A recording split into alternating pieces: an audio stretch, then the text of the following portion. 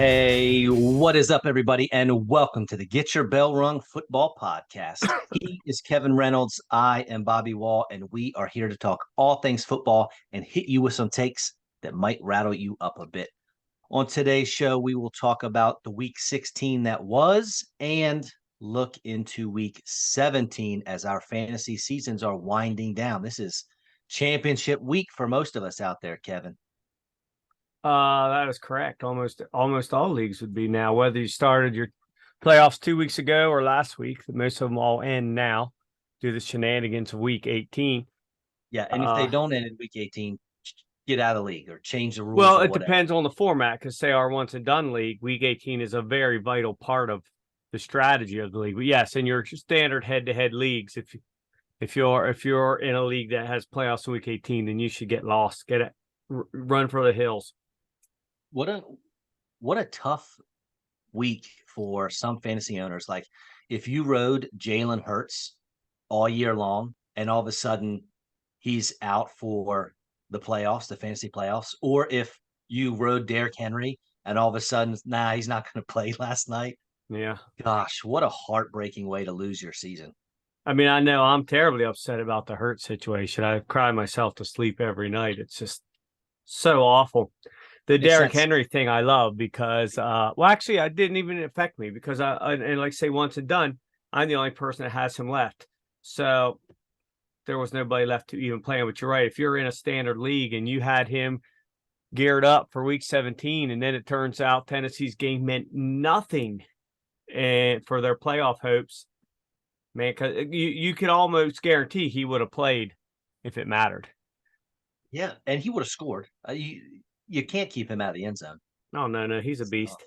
So, yeah, I mean, that's tough, man. You make it all this way, and you just get the screws put to you. That's why fantasy football is 80% luck. Yeah, we say it almost every week. In my league of record, the final is, because you have 16 teams, we have 6 teams make the playoff, 3-week playoff. It's the 4 versus the 6. Yep. And a friend of the show, Albert Leach, the commissioner of my league of record, him and I in the off season, we went back and looked at it might have been the end of last season. Just the records, the playoff records of the seeds 1, 2, 3, and 4. And I think we found out that the 3 seed wins the most, has won the most championships. 4 seed was next. Then the 1 seed, I think the 2 seed has won the least amount of championships in our league. It's almost. I find sometimes the 1 and 2 usually have enough stud players that even by week 16 occasionally, like in my league record, they get a bye in the first week 15. But even by week 16, some of their studs are just sort of being backed off a little bit, like victims of their own success in the actual NFL. And they end up basically shitting the bed in week 16, and they end up losing by 20 points. There it was. Once. We took care of it early this week. Get through a show without a single curse word. It's more of a phrase, isn't it? No. Right now, if my son were not napping, he would be yelling at you. Mr. Kevin said a bad word. Mr. Kevin said a bad word. Fair enough. Kind of like he did on our phone conversation we had in the car yesterday. Well, did I say a bad word though, or he just thought I did? You did. I don't even remember what it was. They just flow. They just flow off your tongue, Kevin. Well, I'll be honest. This is pretty tame. So, speaking of my son, real quick before we get started, last night he's a Marvel fiend. He loves all the superheroes. He's got head to toe costumes and masks and everything.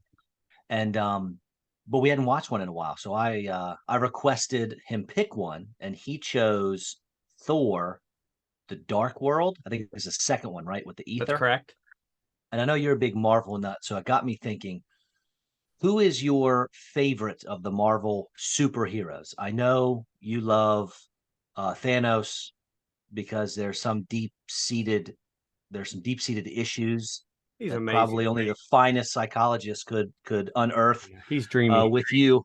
But besides Thanos, who's your favorite superhero of the bunch? Well, I think we discussed on this on your formal show a few years ago. My favorite besides him is still Captain America.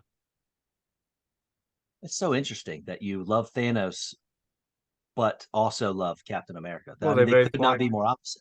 They both want the same thing. They just have different means of getting there.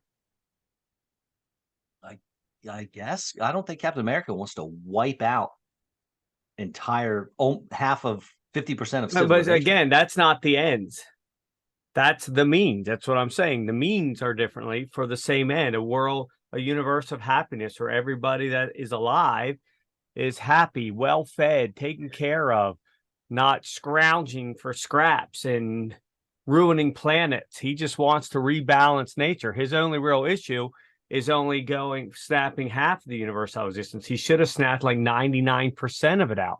For example, the Earth's population in the last 40 years has doubled. So killing half the living things on Earth, what's the point of that? 40 years from now, it's going to be right back where we were. So his only true mistake was not snapping out much more of existence.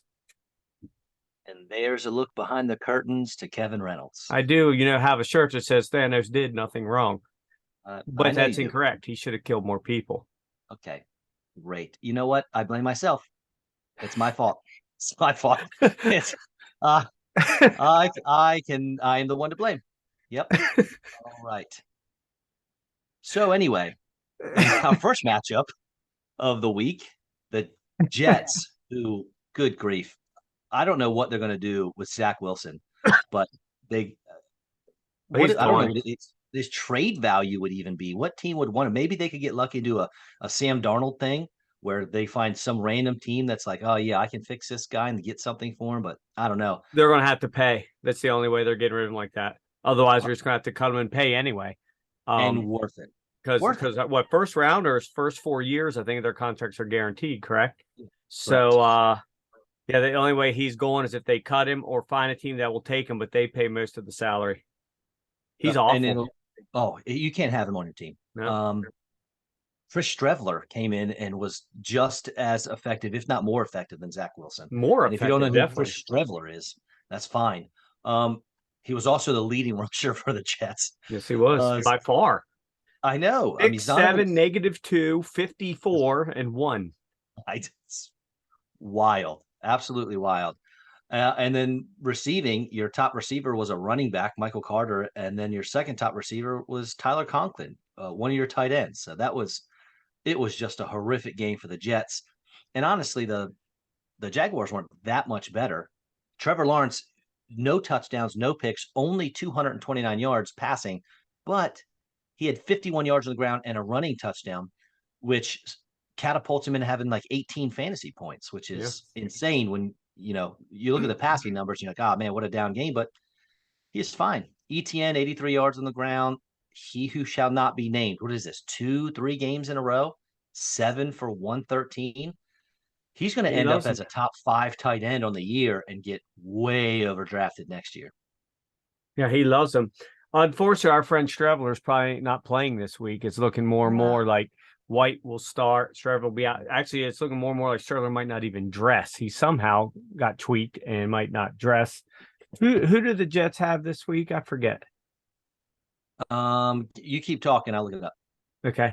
But man, the thing I really don't get with them is they had a team that could really have made the playoffs. What on earth was Salah thinking? Pushing the envelope with this dude. I could see if they were, 4-11. Yeah, let's give this guy a few starts. What do we have to lose? But what was he thinking? You could have thrown Flacco out there and he could at least given you a better chance to win. I'm not saying you would have won, but this is atrocious. This guy just doesn't belong in the league. I mean, Flacco with Garrett Wilson, where he's at, Elijah Moore, because I think if I remember correctly, he liked targeting Elijah Moore last year. What's his name? Michael Carter, running back, because Flacco loves to check down to the running backs as well. He could get you 20 points, and that's all you need against the Jaguars. He can, because he's going to throw the ball 50 to 60 times. He can get you 20 points. I don't know the answer to your question. Are we fighting for draft picks already? Because in real world, you would much rather be in the playoffs. Well, yeah, they're not going to have a high draft pick regardless. They're Sunday. They still could make the playoffs. They're not out of it. Very, very bizarre there. They did the same thing last year, or was it 2? It was 2 years ago. They did the same thing where all they had to do was lose, and they get Trevor Lawrence. Instead, they win, and who's their D coordinator? Greg Williams, right? Oh yeah. He called the worst defense like 3 times in a row, and Derek Carr throws a bomb to that murderer dude. Henry Ruggs, Yes. to beat the Jets. And everyone is like, how smart was that? Way to go, Craig He Williams. got You fired guys, that night, didn't he? I Did he fire know. him right after the game?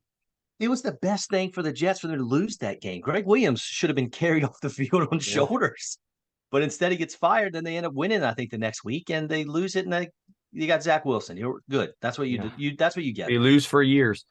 As far as the Jags, they didn't play a pretty game, but they've won 6 of 7. What can you say, dude? They're actually right now in first in their division. Yeah. And it all comes down next week. Doesn't matter what they do this week. Whoever wins the Jags Titans game is going to win. There's even talk now today that Lawrence might not play this week. They're thinking about maybe sitting him because he's tweaked a little, and since the game means nothing, he might not play. Yes, play Seattle, by the way. Okay. Which Two is teams why still I'm two teams benching still have a Geno chance. Smith. Yeah, and I'm benching Geno Smith championship week because that Jets defense is pretty good. And Geno, they're one quarterback away from being a legit contender next year. Yeah, and if they put Sauce, if Sauce shadows DK, Geno's got no one to throw to. So yeah, luckily, I was able to scoop up Jared Goff, so I got him going. He's got a home game this week, so I'll roll with that. Very good. All right, your Ravens took down the Falcons 17-9. Desmond Ridder over 200 yards passing. I believe he more than doubled his career passing yards from the previous 2 weeks combined. In this one, Tyler Algier, another 74 yards on the ground. He's looking better and better. I'm very interested to see what they do with him next year, if he's going to be the guy, because Cordero Patterson is not the guy. He has his breakout games, but he is not the guy. So I'm interested to see there. And then Ridder, again, Drake London with 7 catches for 96. He's at least Ritter's going to his guy and peppering him with targets. Makes sense. That's the most you can ask for if you're throwing out Desmond Ridder. Well, yeah, these guys are going to be playing together for at least 5 years. So, yeah, might as well get that rapport now.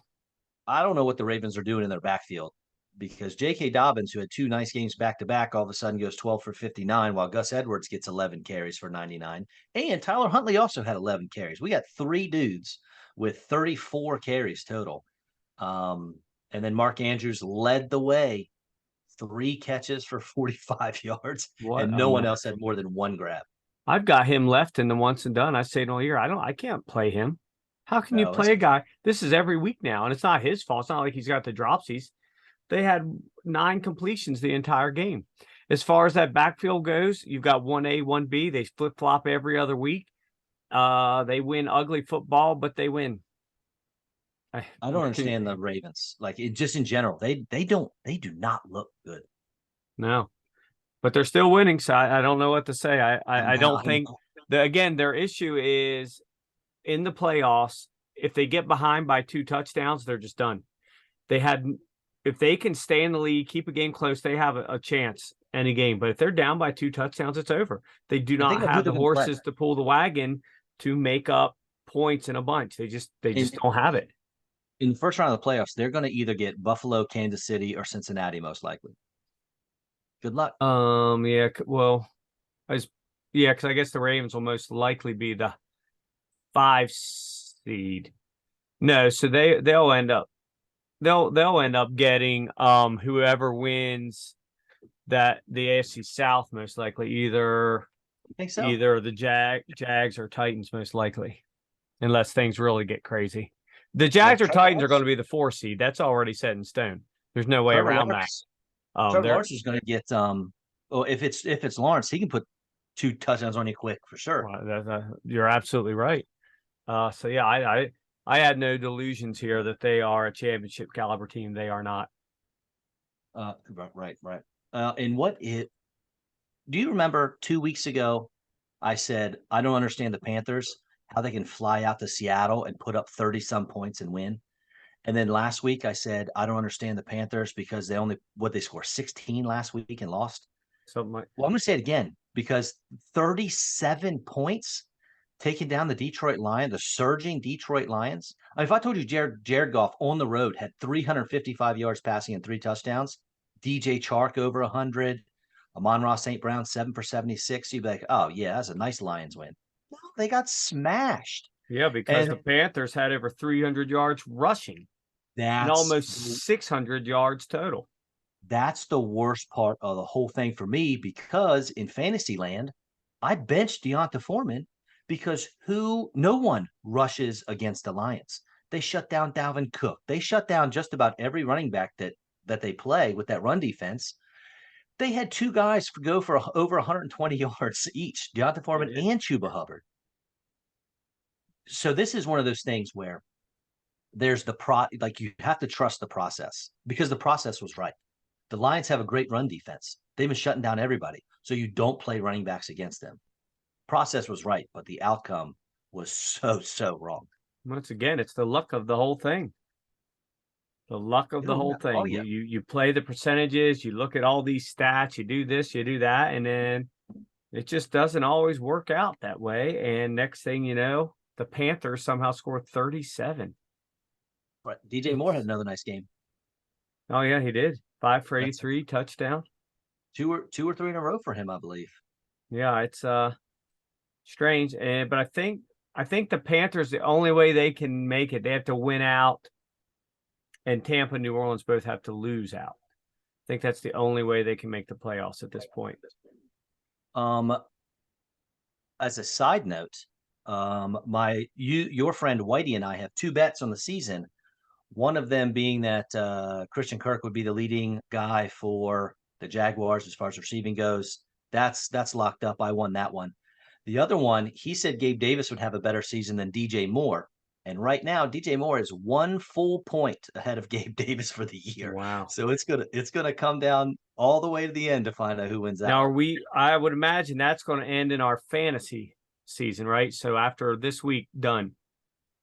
Oh, I Not don't going to know. run that into 18, are you? I don't think so. Okay, I think it should end in 17 because week 18 doesn't even matter. It doesn't count. Shouldn't count, at least.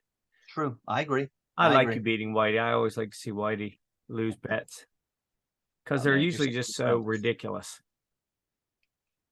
All right, moving on. The Kansas City Chiefs beat the Seattle Seahawks by 2 scores. Makes sense there. Kenneth Walker, he's looking good, man. He doesn't seem to have too many ill effects from that ankle injury. As he went over 100 yards on the ground. And then DK Metcalf, only guy to really worry about through the air, 7 for 81. They are really struggling without Tyler Lockett. Patty Mahomes, 224 and 2, not a great game. Isaiah Pacheco, again, averaging over 4 yards a rush for him. I'm interested to see where he goes in fantasy drafts for next year because it could be interesting. McKinnon, big drop off from what he had been doing recently. Only 7 yards rushing and only 3 for 31 through the air, but he did score, so that saved the day. Kelsey, 6 for 113. He's the man. But Kadarius Toney, you see his only catch of the day, that touchdown catch? Yeah. He is so smooth. Well, I mean, just got to when stay he's on the running field, with the football in his hands, he might be one of the smoothest runners in all of football. He just can't be on the field. He was really, really smooth that week. He got me 0 points. Seriously, but you said Patrick Mahomes didn't have a good game. I beg to differ. Granted, it wasn't one of his best through the air, but he also had a rushing touchdown. So he ended up like the second or third highest quarterback of the week. So yeah, might not have been one of his 35-point weeks, but still pretty good.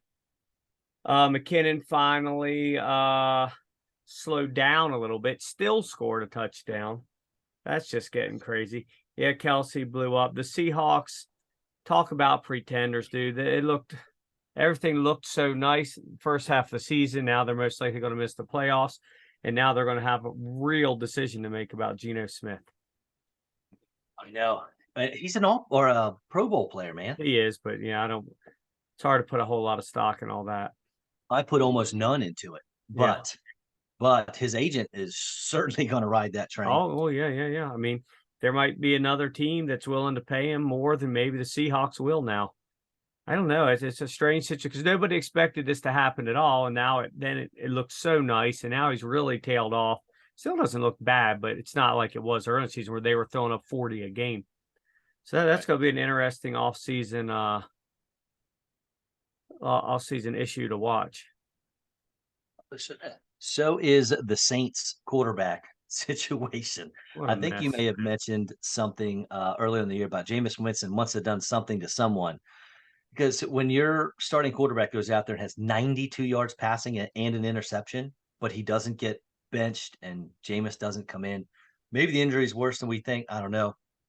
But Andy Dalton is horrific. Taysom Hill, if you slid him in there sneakily, he was okay for you. For rushing, he scored on the ground, and Kamara had a nice game, 76 yards. Well, actually, over 100 total yards Yeah, and a 110. touchdown for him. Yeah, but even with that horrible stat line for the Saints and Andy Dalton, they still couldn't beat, or I'm sorry, the Browns still couldn't beat them because Deshaun Watson was equally as bad. Nick Chubb, 92 yards, so you love that. And Amari Cooper, 6 for 72, but that's it, man. Yeah, they do much. It was that like negative 23-degree wind Yep. chill, 35-mile-an-hour winds. The first half, it was like 3-3, but for some reason, the Saints really put it together in the second half and end up winning a game that at least keeps them in it. Man, if Tampa could have lost this last week, boy, that would have made an interesting 2 weeks here. But I think they're winning in now. I'm pretty sure. Who, the Saints? No, Tampa. Yeah, I was going to say I don't think the Saints are. Yeah, I need Tampa to do that. I've mentioned many, many times. I need the Saints to But lose. I Lose, wonder if lose. Watson's going to improve next year, if this is where he is now in his career. Could he get worse? I guess he could throw 3 interceptions. He hasn't exactly played well. So, man, if he gets worse, then we're talking Zach Wilson. And we're talking Russell Wilson. I mean, Yeah. think about their contracts. Him and Russ, buddy. What It's a like mess. that's good grief. What is that? $500 million down the It's bank or horrible down the for all the drain? other quarterbacks in the league because these GMs and owners are going to be scared to death to do any of that foolishness again. They should be. You can't pay a quarterback, one player, that much. You and I have said it for a decade. I agree, but the second one of those contracts come, if they stop doing it, then the NFLPA starts whining collusion and wanting to sue everybody and blah blah blah, and then all it takes is one owner to give in and give Yeah, another quarterback $400 million. the owner should come out and say, "Oh, collusion? You think so? Look what happened in Denver. Look what happened in Cleveland. It's not collusion. It's smart. It's Yeah, smart. it makes no It's sense. intelligent." Gosh. Bengals barely eked out a win against the Patriots, 22-18. Joe Burrow throwing the ball 52 times for almost 400 yards and 3 touchdowns. He did throw 2 picks though. Mixon was okay on the ground, but he helped you out through the air, 7 for 43. T. Higgins had a wonderful game, 8 for 128 and Jamar Chase also 8 catches, but only 79 yards for him. I know you're a little upset about T. Higgins, but let me talk about Mac Jones is 240-2. Nice game for him. Big letdown game for Ramondre Stevenson. He was the guy. Damian Harris was out. You thought he was going to have another big game. He did not. Only 30 yards rushing. And unless you started Jacoby Myers, 6 for 83 and 1, that was it because nobody started Kendrick Bourne, who had a nice game. And again, Ramondre Stevenson only 2 catches for 3 yards. But go ahead and cry a little bit about T. Higgins. Well, first I'll talk about the Patriots and their up and down season and these up and down players. And this up and down game, well, I think since he was up 22-0, weren't they? I'm pretty sure it's 22-0, and then the Patriots scored 18 straight to get it The close. Bengals did not score in the second half. Right. So Patriots scored 18 straight. And if it wasn't for that Ramondre Stevenson fumble, they could have ended up winning that game. As far as T. Higgins, I got nothing against T. Higgins. I got something against my own stupidity. I, and once and done, I tried to help you. Wait, no, wait. But no, you screwed me on one of them. So I removed T. Higgins because it was going to be horrible and cold. And I also removed CeeDee Lamb because you were convinced that he would struggle against the Eagles and he'd be playing what you call the Roto World pass funnel Titans last night, which they didn't end up being. He actually had a decent game, I think 15.5 points, but a far cry from the 29 last week and the 22.9 or 22.8, my apologies, that Higgins put up. So I cost myself 35 points. But that's my own stupidity because I overthink. I listen to too many people who aren't very intelligent, and it just creates problems. I'm not talking about you necessarily. I listen to all kinds of junk. You're an intelligent fella. I wouldn't ask you your opinion on these things. But I read too much stuff, read too much into it. Next thing you know, I cost myself a lot of points instead of going with my gut. So you made fun of me a few weeks ago in the one and done because I played someone against the Falcons and the Falcons weren't giving up yards to receivers. And it didn't work out because I went against my stats, right? Okay. Well, the Eagles, you even told me on the phone, you're like, well, the Eagles are giving up the fourth least amount of points to wideouts. Right, right. Well, so then you don't play CD Lamb. That's the system. But then at 12:34, I sent you a text and I said, Hayden Hurst is out for the Bengals. This might be a T. Higgins game. I tried. Yeah, I was, but I didn't even get that until the games had long since started. Not my fault. Not much I could do with that. My point is, I got to quit listening to you people and just go with my gut so I can get my points. Because in that case, T. Higgins would have never even come out of my lineup in the first place for you to then text me later. He might have a good game. Well, we also talked about Danny Dimes, and that one paid off pretty well, right? 330 Well, yards to the sort air of. and a He touchdown. actually got less than Josh Allen, who I was going to play. Well, But it didn't turn out terrible. No, Danny Dimes had a good game. right. So he was fine. Saquon Barkley, 84 yards and a score. And then he also had 8 for 49 through the air. But the reason I paused there is the receivers, they had nice games, but it was Richie James and it was Isaiah Hodgins. Darius Slay went 4 for 79, which is, I guess, is okay, but you didn't expect those names to be leading But the way with 8 catches each. that's all they have anymore. They got to True. throw to somebody. It's true. Then our boy Kirk Cousins, just shy of 300 yards passing and 3 through the air. Dalvin Cook, a letdown game, only 77 total yards. Not much going on the ground for them. Justin Jefferson, good grief, 12 for 133, a touchdown. It's like a normal game for him. Yeah. But then TJ Hawkinson leading the way with Woo! 13 labs, 109, and not one, but 2 trips to pay dirt. Had JJ and TJ in my lineup, and once and done, that worked out right nice. And don't look now, Kirk Cousins, I believe, is number either 7 or 8, depending on your format, at fantasy quarterbacks out of nowhere. It was not looking good for him for a while. No, it was not. But now out of nowhere, he's magically jumped up into the top 10, and he's looking good right now, dude. I know they're my preseason Super Bowl pick for the NFC. I'm not saying they're the front runner. They're not. But you never know with these fellas, dude. They barely lost to the Eagles. They beat Buffalo. Close games, yeah, but win's a win and then a close loss. So aside He's from that game, who'd they lose to, like 40-3? Was that the Cowboys? Yes, I think it was. Yeah. Aside from that game, they played strong. I mean, never know, man. They got a lot of skilled players. Couple fumbles here, a couple interceptions there. They could beat anybody. When you have the best receiver in all of football on your team, you got a shot. Yeah, it doesn't hurt. Yeah, and plus Dalvin Cook. I mean, what was it? 2 weeks ago, he won a game for him with a 65-yard screen pass. Yeah. Yeah. So man, they're tough. Nobody's going to really want to have to face them in the playoffs because they can put up. They're one of those teams you talked about earlier. You said Jacksonville. This is one of those teams that can put up 21 points in 7 minutes. Oh yeah, easy. Well, they did. Yeah, they did against against the Colts. They did. Yes, they certainly did. So yeah, and the Giants, I think they are winning in scenario this week. Yes, I believe you're right. Yeah.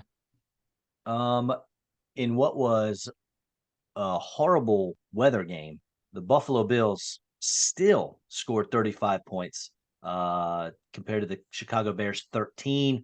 You did not play Josh Allen due to the weather, but we still knew his legs were going to give him a decent floor, which they did, 41 yards and a rushing score. But he only had 172 yards through the air and 2 touchdowns, though. And if I'm not mistaken, I know one went to Dawson Knox, and the other one to Gabe Davis, but no one had more than 3 catches. So it was definitely a run game for them as James Cook just missed 100 yards on the ground. He did score, though, and Devin Singletary did 12 for 106 and a touchdown. Listen to these average yards per carry between Singletary, James Cook, and Josh Allen. 8.8, 9.0, 6.8. Man, you talk about efficient. Yeah. A lot of rushing yards, a lot of freezing cold, a lot of Bears players who don't want to tackle. And we talked about Derrick Henry letting you down and fantasy playoffs and Jalen Hurts. At least they were hurt and injured and didn't play. Because I know a lot of folks were riding Justin Fields as well, and he just flat out lost it for you. 11 yards rushing from Justin Fields. That's probably one of his lowest marks, if not the lowest on the season. He only had 119 yards through the air, one score. David Montgomery, 62 yards on the ground. And that's it, man. Nobody did anything. Two catches, two catches. Cole Kmet, 5 catches, but only 27 yards. So this was not a good fantasy day for the Chicago Bears. Not a good real football day as well. No, it wasn't. Two Nut and I were talking about this the other day. Because he has Justin Fields, and very happy I am that he's going to be a holdout for him, which is amusing.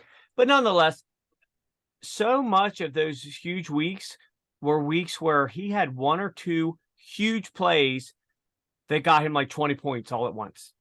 Like a 68-yard rush for 6.8 points, plus another 6 or 9, depending formats, for the touchdown. And he was saying how the thing he's afraid about paying him the holdout money next year is he's going to have games like this again, where it's just his normal ho-hum self. You don't throw in the 50-yard touchdown and then another 35-yard rushing touchdown. He doesn't have a lot to offer. So he's considering, because he's going to have Trev also as a holdout. He's considering paying Trevor Lawrence the holdout money. Yeah. So in your first round of the playoffs, Justin Fields was QB 25. Davis Mills and Taylor Heineke and Malik Willis all scored more points than Justin Fields. That's what I say. It's a tough sell to pay him that kind of money when he had so many points. He did. Boy, was he a monster there for a while. But when he's not getting those long touchdowns, it's just, which we know are not going to happen every week. What is he? The number 16 ranked quarterback, probably.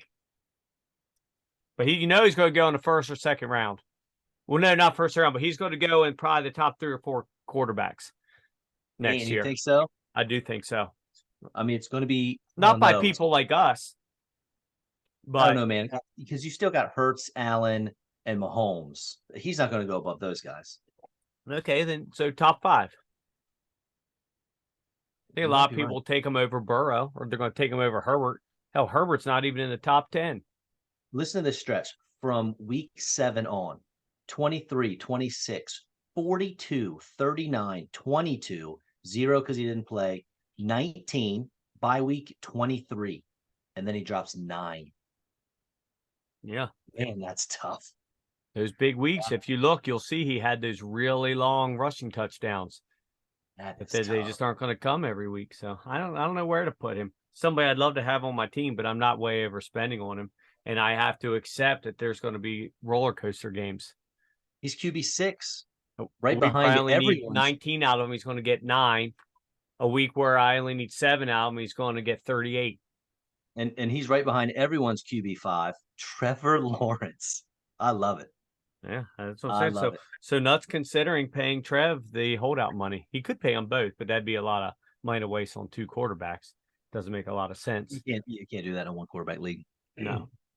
How about those Houston Texans, those now 2-win Houston Texans, taking down the playoff hopeful Tennessee Titans 19-14? They did it on the backs of no one. No one had a good game. Royce Freeman leading the way with 16 carries for 32 yards. Brandon Cooks found the end zone, but that was 4 for 34. That's going to do nothing for you. But good for them, man. I like it. Malik Willis still not 100 yards passing. Very close, 99. Derrick Henry 126 and a touchdown. He was going to do that, and the Titans did nothing. So ugly game. But the Texans, they should. I don't want to say they should. They could be on a 3-game winning streak, because they could have beaten. It took the Cowboys the full 4 quarters. It took the Chiefs overtime last week, right?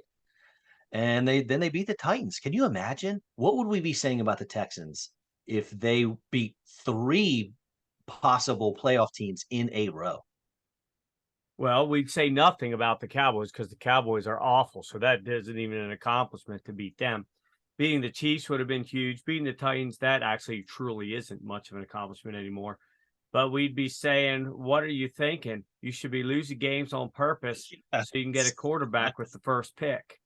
That's right. But they've got a decent all-around squad. It's mostly no names, but they're playing hard, and it's the NFL, brother.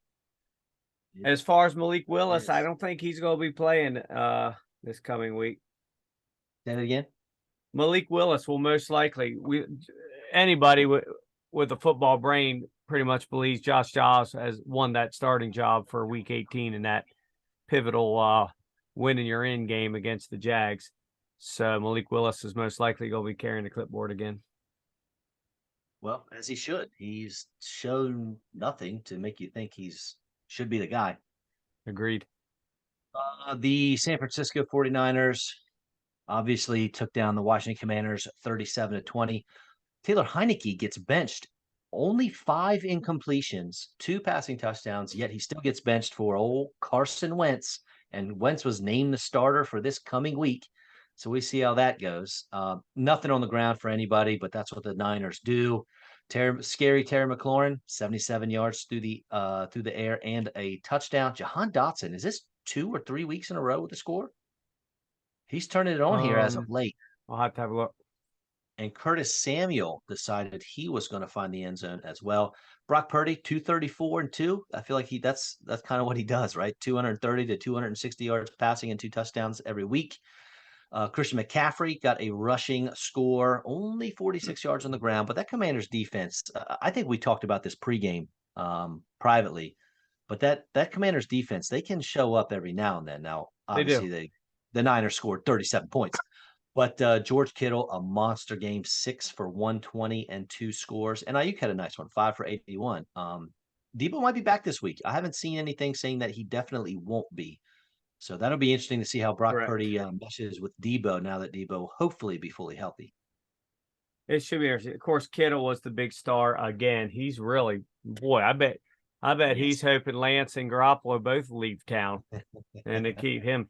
As far as CMC, I think Shanahan's been pretty clear that in games now that they're crushing people, they're really trying to manage his reps. So they have him a full health for the playoffs. And that makes perfect sense. Yeah. Sucks for us as fantasy owners, but it's brilliant for the Niners.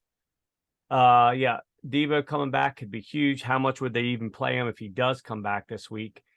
And how much are they really playing for? They already have the division. It's highly unlikely they're going to end up getting that 1 seed, but it could matter the 2 and 3 seed because they're only a game behind Minnesota and they have the tiebreaker. So they end up tied. They could be the 2 seed. And the Phillies got a backup quarterback possibly for the rest of the season. So the Phillies, all Eagles have to do is win 1 and they got the 1 seed. But that's not going to come easy. Right. No, it's not. As far as Commanders, Heineke, that was man, he had a nice little run there, but great week for Wentz. He played really well. 12 for 16, 123 and a touchdown. He's got the number 2 rated show on Netflix. I mean, what else can you ask out of a guy, right? I mean, his brother hates his guts now and probably being disowned from the family. But other than that, this guy has hit the jackpot.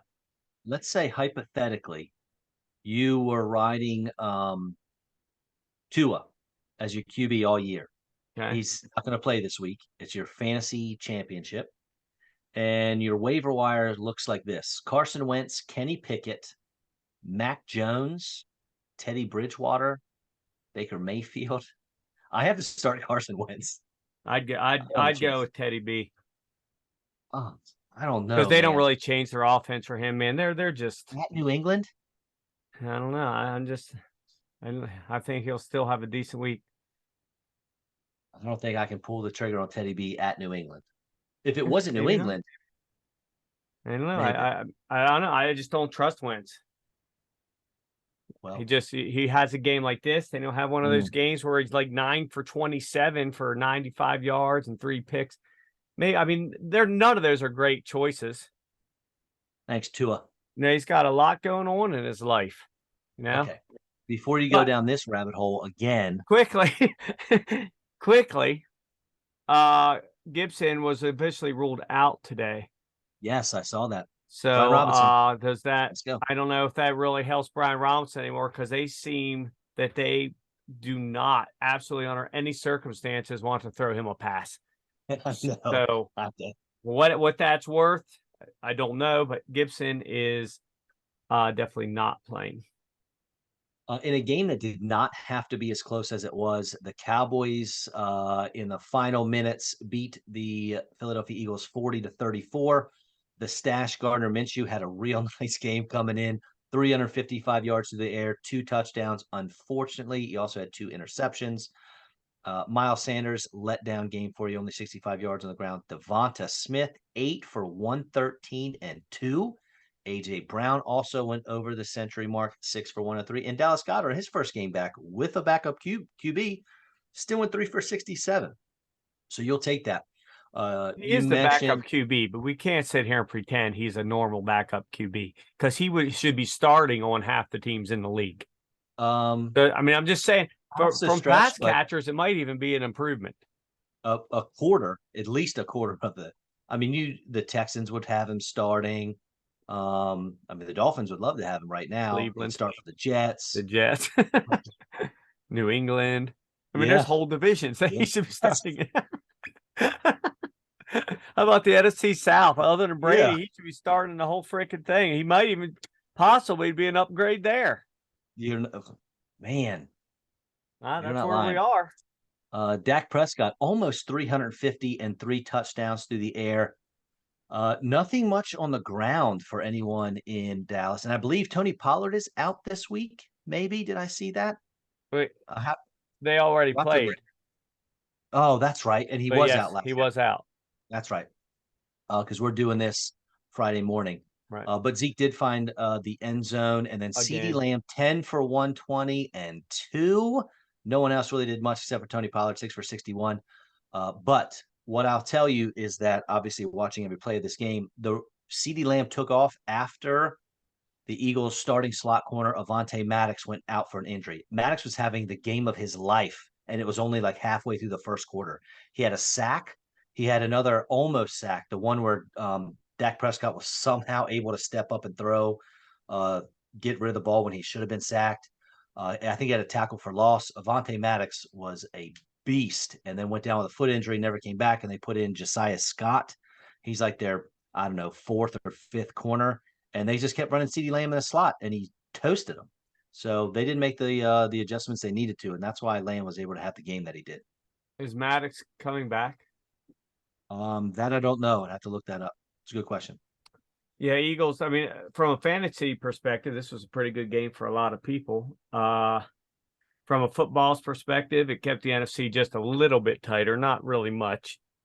I can't imagine it, even with the stashes, because he's, again, probably the best backup in the league.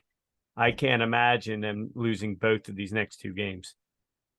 The Saints coming into town now, you'd hope it would be this week just to get rid of it and not have to worry about the following week. But yeah, I think that they'll probably take it. Cowboys again played last night. CeeDee Lamb had a decent game, not a great game.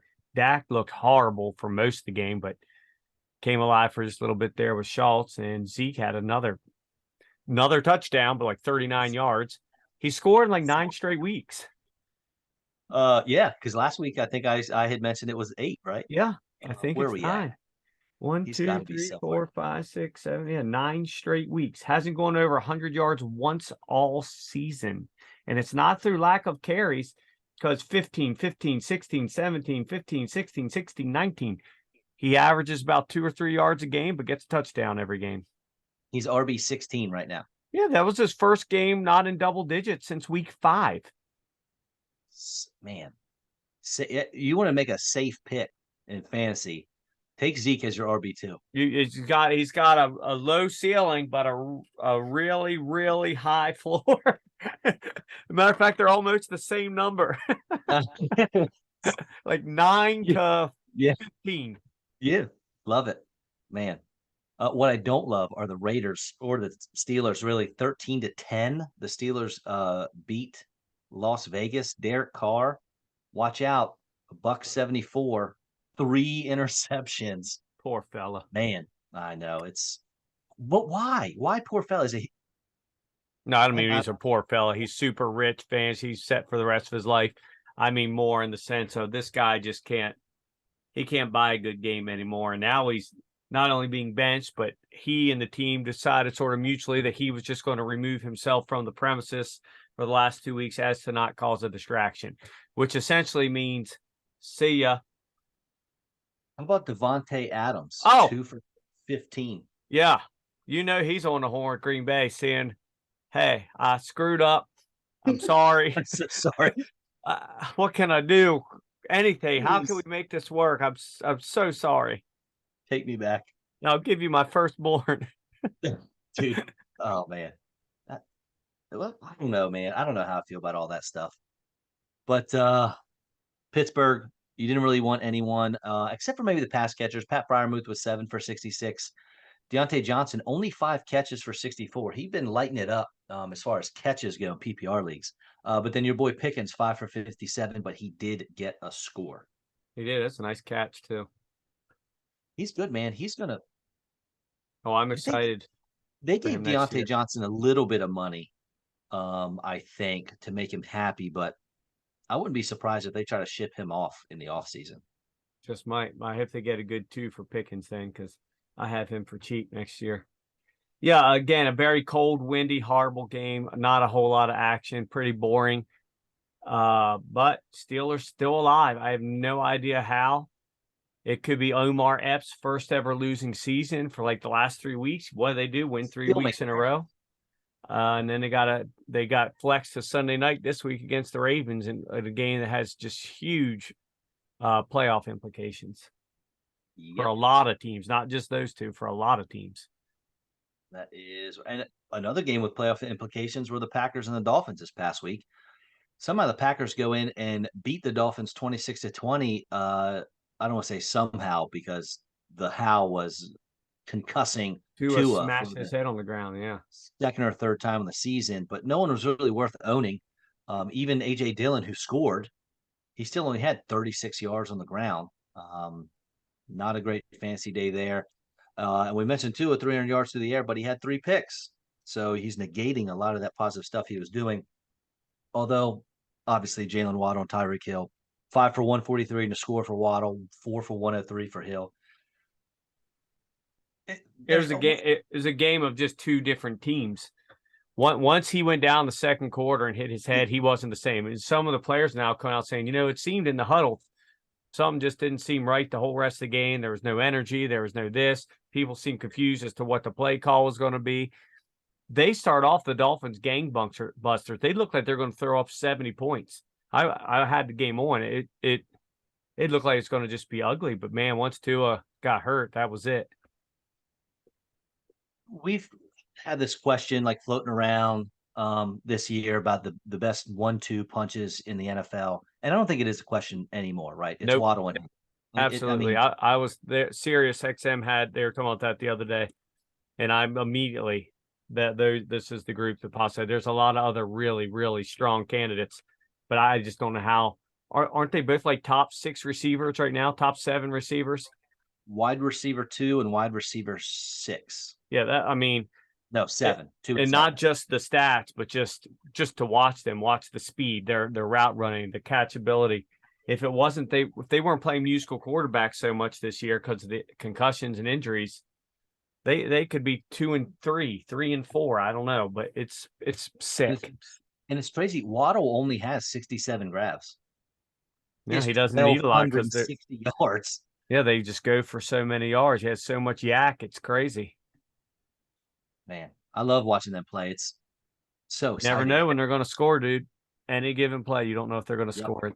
It is fun to watch, but here we are. Another team, gangbusters to start the year. Looked like they might win the division there a few weeks ago, right? When Buffalo was in third, it looked like they might literally win the division. Here they are now fighting to hold on to that number 7 playoff spot. And I'll be honest, I don't know if they're going to get it. In what was a very odd game, not to watch, just the outcome. The LA Rams scored 51 points against the Denver Broncos. The Broncos have a good defense. The Rams have a terrible offense. Somehow dropped 51, and it's not like they did it. It's not like they pulled a Colts and dropped 33 in the first half of that Vikings game, or the Vikings and drop like 38 or 39, whatever it was in the second half.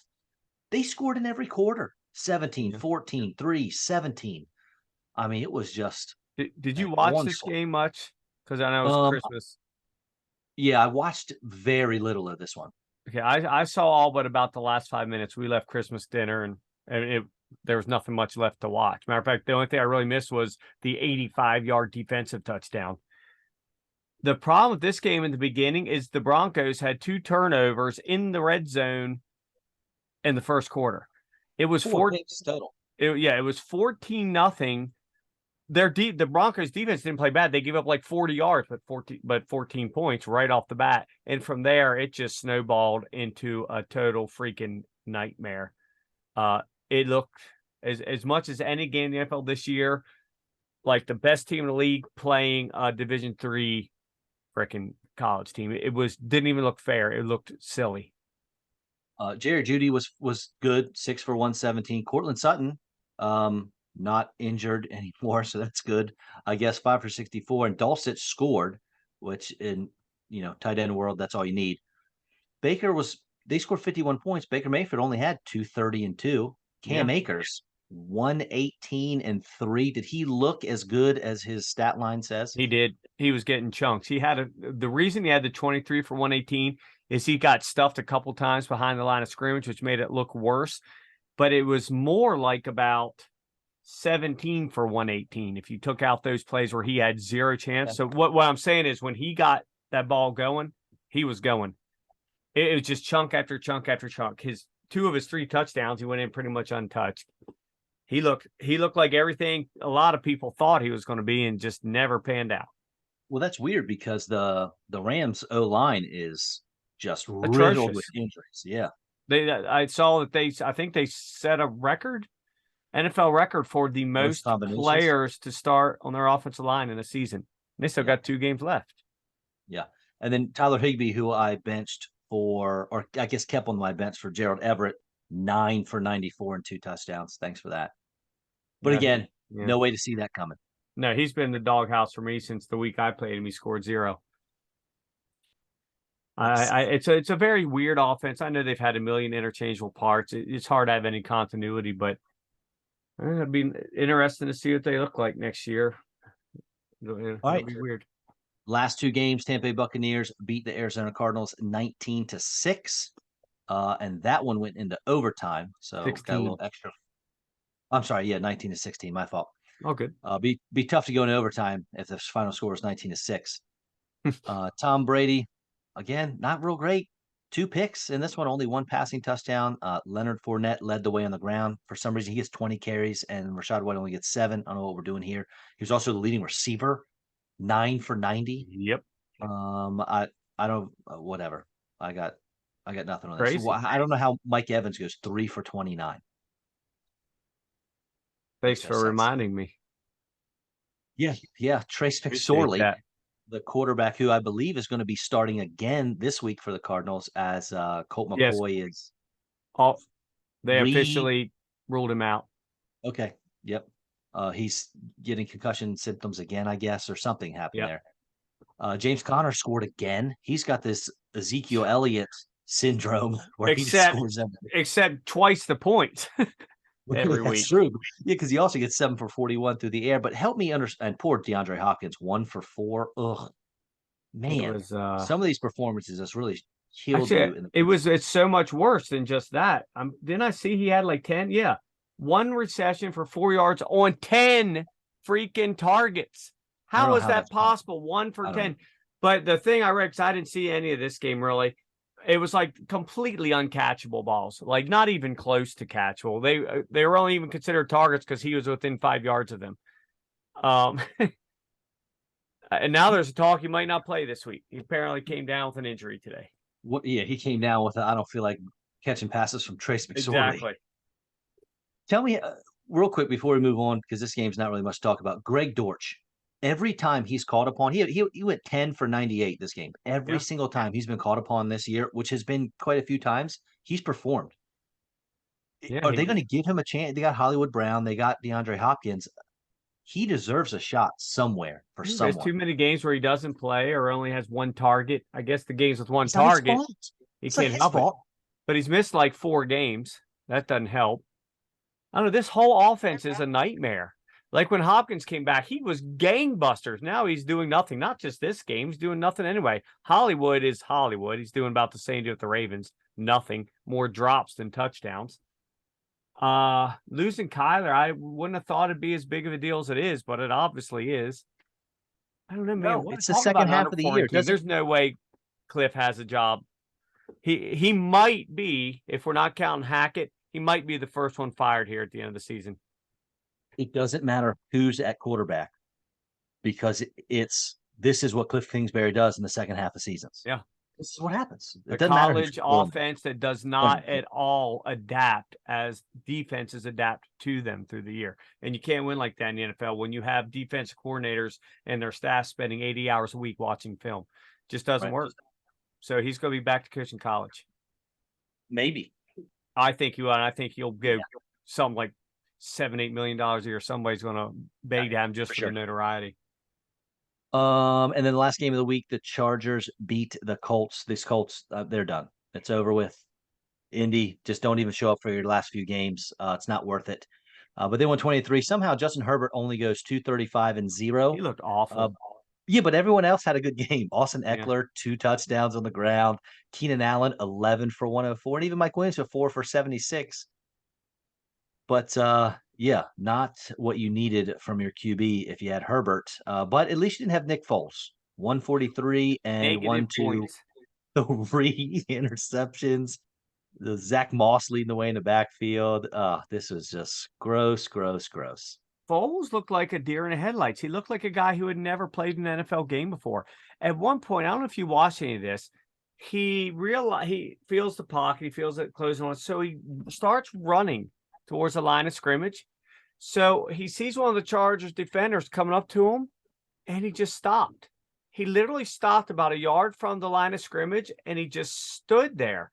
He ran full speed, which I actually almost texted you during this, but it was later. I thought you might be in bed. He looks like he runs somewhere around 7.3 40, 7.4. Air quotes, full speed. Yeah, exactly. A 7.3 40. And he just stops and just stands there and just gets crushed. It was so weird looking that he's like, oh my God, there's football going on. What am I doing? Let me just stand here so I can get murdered. What, 7 sacks? I mean, it was an embarrassment. Listen, if Nick Foles is your quarterback, you run 9 routes all day and you just have him chuck it deep. That's what Doug Peterson did. Wow, what a mess. And of course the announcers are saying the same thing we're all thinking, like, why is he still in the game? You know what you have here. It's Nick Foles. He's not a rookie. We're not trying to figure out who Nick Foles is. There's a reason he's been on like 6 different teams. Why is he still in the game? Well, they've already said, no, we're not playing Matt Ryan. We're not playing Sam Erlinger. So they should have put in Ellinger. I don't know why that's somebody, at least let's see what he has. They just quit saying you're not going to play someone. Yeah, so weird. I think we're at a point. I don't care how much I don't know how you can hire Saturday back, because this has just turned into a laughing stock now. Yeah, for sure. All right, let's get into the next week. You ready? I choose this week. I cannot name players. What? I'm not naming any players. It's too close to the end. I can't do it. Just name like reaches, like people that you're not gonna play because they're not big names. That's what I try to do. I try to come with some reaches, but I had my team, and then some of them were on my team, and I'm like, I can't. It's too close. I can't let the cat out of the bag. Well, I'm gonna roll with Jared Goff because he's going against the Bears to give up the second most every points. Week. Dude, I'm usually right. You get like 30 points a week. God, he's dreamy anymore. What in the world happened there? He's at home. He's at home against a bad defense, and the Lions need to win. So it's a perfect recipe here. I saw some stat yesterday that the Bears, something about like the pass yardage they're giving up is like historically bad, like over the last like 6 weeks or something. Right. So I'm picking a quarterback. You know who I want to pick? We've done this 16 other times. I know, but I didn't do it because it's too close to the end. I'm going with the stash against a Colts defense that is trash. They need Against this who? win. If they do Saints. win, what's that? Saints defense. You I said meant Colts, I Saints. think. Sorry, yeah, I don't know why. I looked over here and got screwed up. But still, against New Orleans defense, it's awful too. A 6-9 team. If they win, it's going to buy Jalen Hurts another week off, and then the number one seed another week off to be fully ready for the playoffs. And if that happens, I worry about I rust. don't know that I just don't know that anybody's going to really have. There's no way they won't be heavily favored in every game if that's the case. Playing at home and him fully healthy. And the thing I love most about it is a few of the fellas in the once and done have him left. It hurts. And if they win this week, he probably won't play next week, or he'll play one quarter, which would be even better because they might play him. And then they don't get to use him. And I use him in week 1 of the fantasy playoffs, and I'm sitting pretty. All right. Selfish as always. Yes. Running backs for me. I mentioned a guy earlier, and I'll roll with him. This is a deeper one, but how about Tyler Algier? He's got a couple good games under his belt. He's going against the Cardinals. It's a home game, so he's playing indoors. And they got Desmond Ritter at the helm. Let's just keep feeding Tyler Algier the ball. I'm going Brian Robinson because the Cleveland Browns rush defense is all of a sudden completely horrible. And not only that, I'm guaranteeing 2 receptions. 2 receptions to Brian Robinson. Ballsy. I like it. Thank you. Isn't that sad? Yes. That I'm guaranteeing 2, and that's just whoa. It'd have been crazy if you'd have just said 2 targets. We've looked at film of him. I don't remember him in Alabama being a huge pass catcher, but I also don't remember him having stone hands. Agreed. All right. I don't understand with their aversion to throwing him the ball ever. Like not even ever a target. NFL coaches are silly. Wide receivers. Give me Darius Slayton. The Colts give up more points to any receivers than anyone else over the last 4 weeks. And it's a home game for Slayton. So let's go. Let's air it out to my guy. He's always good for a big play. Very good. Very good. Here's a guy that I love. And if he can have a huge game, and this isn't a reach, but if my boy Amon Ra can throw up the numbers indoors this week, he has a chance of making the top 5. I believe he's number 8 right now. He would have and the numbers are in a way that if he could throw up one of those like 27-point games, he might make that top 5 list after all. In half-point PPR, he is 9. Okay. I think in 9. Okay. Oh, wait. Hold on. I thought I saw that he was 8. I lied. It is 8. I was looking at receiving yard totals. 1, 2, 3, 4, 5, 6, 7, 8. 8. Yep, 8. Excellent. Yeah, and he's right behind Waddle. So depending on the quarterback situation, he could jump past Waddle this week.